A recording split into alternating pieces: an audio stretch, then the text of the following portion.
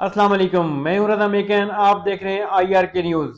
आइए जानते हैं आज की कुछ ताज़ा तरीन अपडेट सदीक जान साहब से। मैं ये समझता हूँ कि ये तहरीक इंसाफ की क़यादत का आखिरी बड़ा इम्तिहान है। और ये मैं क्यों समझता हूँ, कुछ चीज़ें आपके सामने रखता हूँ। देखें, अब तक तो ये नज़र आ रहा है कि आली हमज़ा साहबा की कोशिश ये है कि ये जो धांधली की है मुस्लिम लीग नून ने, इस निज़ाम ने समरियाल के अंदर, इस धांधली को इनके गले का तोक बनाया जाए और इस मोमेंटम को बरकरार रखा जाए।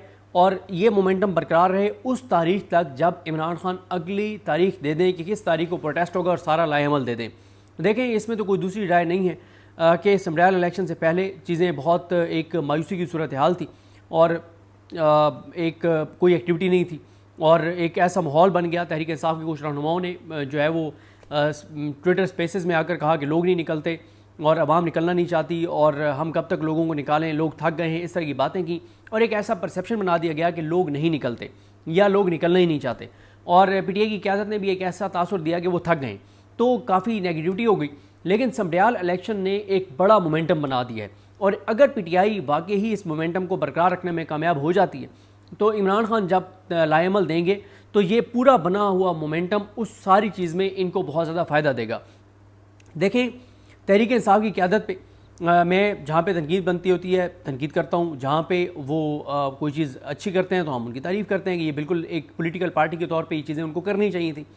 आज मैंने जो प्रोग्राम है 3 जो रिजवान गलज़ई साहब और असद चौधरी साहब करते हैं उसमें मैंने खासी तनकीद की PTI की लीडरशिप पे। और अगर आप वो सुनेंगे, अगर आपको उसके ऊपर कोई आप कहीं पे समझते हैं कि मैं गलत तनकीद कर रहा हूँ तो आप बिल्कुल अपना पॉइंट ऑफ व्यू दे सकते हैं और अगर आपके पॉइंट ऑफ व्यू में वज़न होगा तो मैं बिल्कुल आपसे इत्तफ़ाक़ कर लूँगा कि जी बिल्कुल मैंने कमेंट्स पढ़े हैं। अब मैंने उसमें खैर बड़ी तफसील से बात की है, लेकिन अगर 1 से 1.5 मिनट में मैं दोबारा उसको 2 मिनट में बयान कर दूँ कि मैं क्यों तहरीक इंसाफ की लीडरशिप पर तनकीद करता हूँ, आगे मैं बताऊँगा आपको कि सलमान अकबर राजा साहब ने बहुत ज़बरदस्त प्रेस कॉन्फ्रेंस किया और उसी प्रेस कॉन्फ्रेंस की ज़रूरत है, उसी पैगाम को तमाम MNAs MPs टिकट होल्डर्स को दोहराने की ज़रूरत है जो सलमान अकबर राजा साहब ने कही है।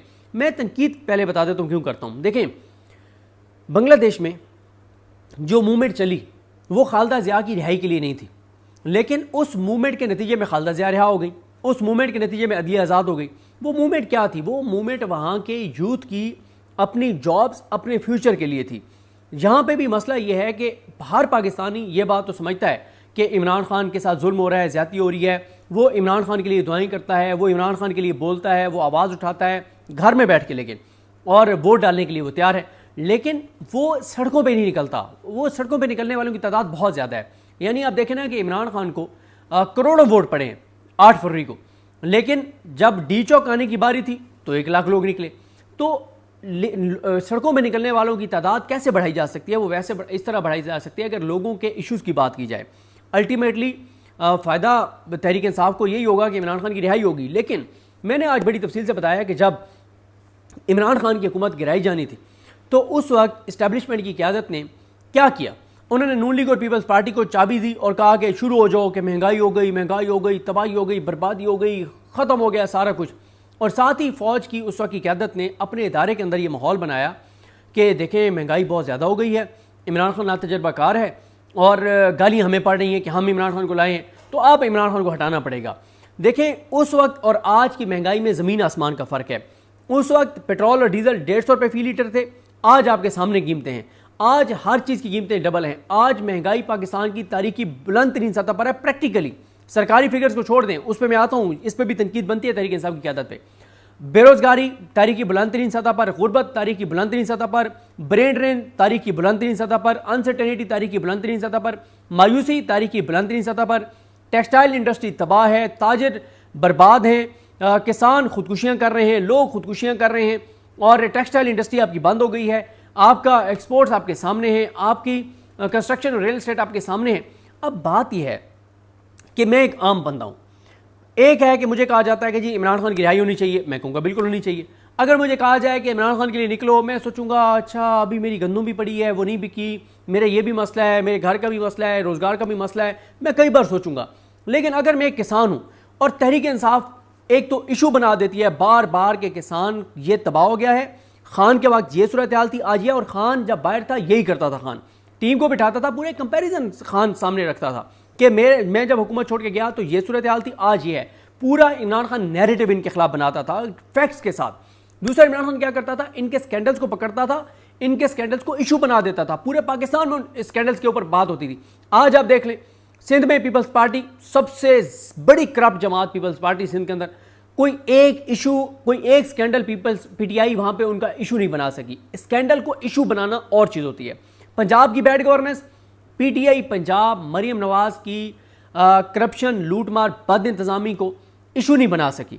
अभी आप देख लें कि अभी आया कि मिलादुन नबी की जो लाइटिंग थी उसमें 34 करोड़ की करप्शन हो गई, पीटीआई उसको नहीं इशू बना सकी। अस्पतालों वाले मसले को इशू नहीं बना सकी जो निजकारी हो रही है। डॉक्टर नर्सेज सड़कों पर आए, इशू नहीं बना सकी पीटीआई। किसान के साथ जो कुछ हो रहा है, इशू नहीं बना सकी। देखें, पीटीआई का अवामी इशू से डिस्कनेक्ट है। जब अगर आज पीटीआई ऐलान करे कि हुकूमत को 30 दिन की डेडलाइन देते हैं, अगर 30 दिन के अंदर अंदर किसान से गंदम ना खरीदी गई तो दमादम मस्त के अंदर होगा, हम सड़कों पर आएंगे। 30 दिन के लिए आपने किसानों को अपने साथ अटैच कर लिया है। अब आप 30 दिन बार बार बात कर करके किसानों की आपके साथ एफिलिएशन हो जाएगी। फिर जब आप कॉल देंगे किसानों के लिए निकलने के लिए, तो किसान आएगा, निकलेगा कि यार हमारे लिए निकल रहे हैं। अगर आप ताजरों की बात करेंगे, अगर आप टेक्सटाइल की बात करेंगे, आप इसी तरह से, और सबसे बड़ी बात जो पीटीआई की लीडरशिप की सबसे बड़ी नाकामी है, अभी आप देख लें कि इंटरनेशनल मार्केट में जो ऑयल प्राइसेस थी उसके मुताबिक पाकिस्तान के अंदर 40 से 50 रुपए फी लीटर पेट्रोल और डीजल कमी होनी चाहिए थी। शहबाज शरीफ ने कहा कि मैं इसलिए कमी नहीं कर रहा क्योंकि मैंने बिजली सस्ती करनी है, लेकिन बिजली सस्ती होने के बजाय मजीद महंगी हो गई। पेट्रोल पे जो 40-50 रुपए फी लीटर रिलीफ मिलना था वो भी नहीं मिला। क्या ये इशू पीटीआई को नहीं उठाना चाहिए था? पेट्रोल, डीजल और बिजली की कीमतें, ये हर पाकिस्तानी का इशू है। गैस की कीमतें हर पाकिस्तानी का इशू है। किसान करोड़ों लोग उससे वाबस्ते हैं, टेक्सटाइल करोड़ों लोग उससे वाबस्ते हैं। पीटीआई इनको इशूज ही नहीं बनाती। देखें, अगर आप अडयाला से इमरान खान के आने वाले बयानात को माइनस कर दें और तहरीक इंसाफ के सोशल मीडिया के नैरेटिव को माइनस कर दें तो धड़ाम से सब कुछ गिर जाएगा। पीटीआई की बाहर लीडरशिप तो कोई नैरेटिव बना ही नहीं सकती। अब उन्होंने समरियाल में अगर माहौल बनाया है तो सबने उनकी तारीफ की है, सबने आलिया हमजा की और मलिक अहमद खान भच्चर और इनकी तारीफ की है। जो जो लोग हैं सबकी तारीफ किया लोगों ने कि क्या बात है, उन्होंने ज़बरदस्त काम किया। आज कल अगर सलमान राजा साहब ने अच्छी प्रेस कॉन्फ्रेंस किया है तो उस पर उनकी तारीफ बनती है। फिर इसी तरह से जो ट्रिब्यूनल्स वाली बात होती है कि 180 दिन में फैसले होने थे, मेरा आपसे सवाल है, मेरा सवाल है, आप मुझे सवाल का जवाब दें। आप मुझे 3 उन जजेस के नाम बता सकते हैं जो इस वक्त ट्रिब्यूनल में केसेस सुन रहे हैं धांधली वाले? आप नहीं बता सकते। इवन कि मैं आपको नहीं बता सकता इस वक्त, मुझे भी नहीं पता कि पंजाब में कौन कौन से ट्रिब्यूनल्स हैं, कौन कौन से जज हैं। करप्ट जज उन्होंने लगाए हुए जो रिटायर्ड जज हैं।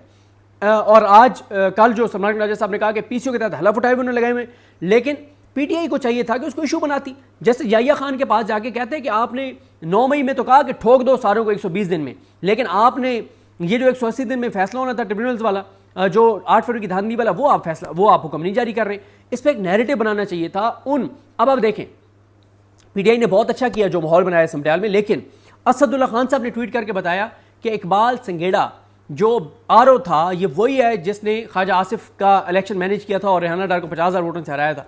पीटीआई को जब तक पीटीआई उन जजेस के नाम सामने नहीं लाएगी ट्रिब्यूनल्स वाले, जब तक पीटीआई उन ब्यूरोक्रेट्स के नाम नहीं लाएगी सामने जो धांधली करवा रहे हैं, जब तक उनकी शक्लें लोगों को पता नहीं होंगी, इसी तरह से जब तक पीटीआई जो है वो ये एटीसी के जो जजेस हैं, आपसे मेरा सवाल है क्या आपको उन जजेस के नाम आते हैं जो यास्मीन राशिद साहिबा, उमर सरफराज चीमा साहब, एजाज चौधरी साहब और यास्मीन राशिद साहिबा और इन सारों को बेले नहीं दे रहे? क्या आपको नाम आता है? नहीं आता होगा आपको। मैं बता देता हूँ, उनमें से एक जज मंजर अली गिल है। लेकिन अब अगर प्रेस कॉन्फ्रेंस होती, बार बार बात होती, उस पर जज पे दबाव बढ़ता, लोगों को पता चलता क्या हो रहा है, लेकिन पीटीआई इन पे बात ही नहीं करती। तो नाजरीन, ये थी अहम अपडेट्स जो आपने जानी सदीक जान की ज़बानी। तो नाजरीन, जुड़े रहिए मजीद अपडेट्स के लिए हमारे चैनल के साथ। अपना और इस चैनल का ख्याल रखिएगा। इसी के साथ अपने मेजबान रजा मेकिन को इजाजत दीजिए। अल्लाह हाफिज।